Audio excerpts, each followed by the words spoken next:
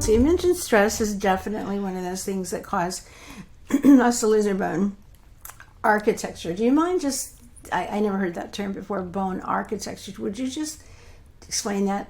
Sure, sure, sure. When we Like, think of bone, in fact, I usually have some bones. You think of that hard outer cortical shell of bone. And if you have a fresh bone, you'll see inside of it, there's what we look at as bone marrow, but there's also bone, there's a structure, an architectural structure, this woven structure of bone, very thin plates that are woven together.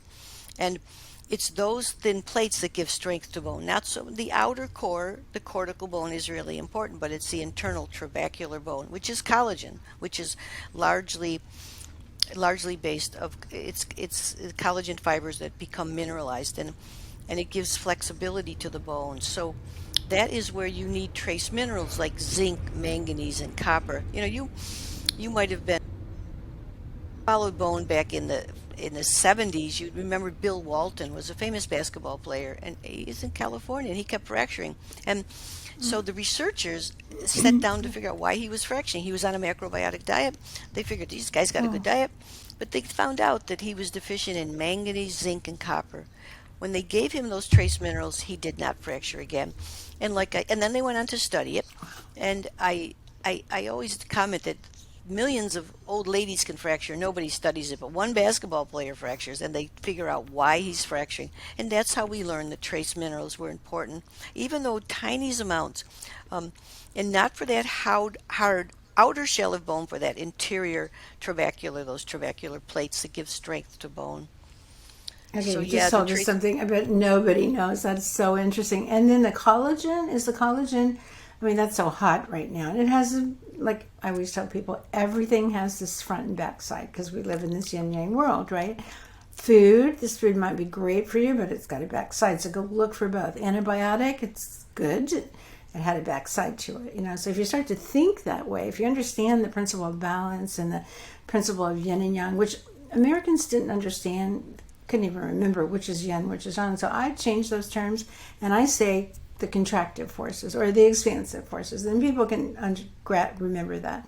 But yeah, we live in that kind of world, and so I do see collagen as people raving over it. Going to the health food store and there's shelves and shelves of collagen.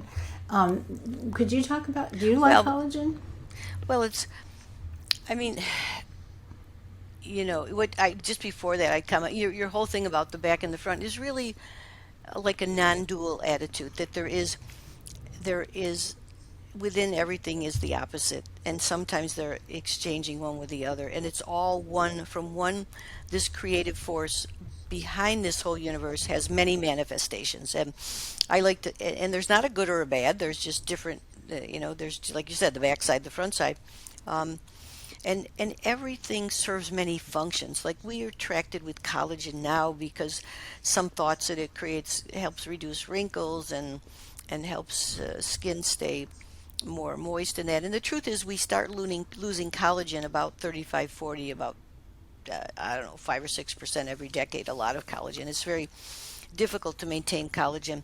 But there is thought that if you take collagen and you can digest it, at least some of those precursors, some of those nutrients, glycine and other amino acids are made available. So it does give you about 10 grams of protein. And we think from an anthropological point of view, I mean, our ancestors ate everything. They ate the joints, they ate the tendons, they ate every piece of, they sucked on those bones, they ate certainly that collagen, that fibrous tissue that holds all our organs together. Everything was eaten. So it's not strange to our diet, but the processed collagen, I mean, they're making new types. They're trying to scientifically validate it. A lot of I work with young people in my office. They love collagen, so we have collagen. I use it. We sell a fish fish collagen because it's kind of a smaller peptide, easier to digest. But uh, I like that. That's the one I like too. Is the I fish certainly marine wouldn't rely on collagen. it for my bone program. But it does help. Many people notice their fingernails are better. Many people notice their hair's better.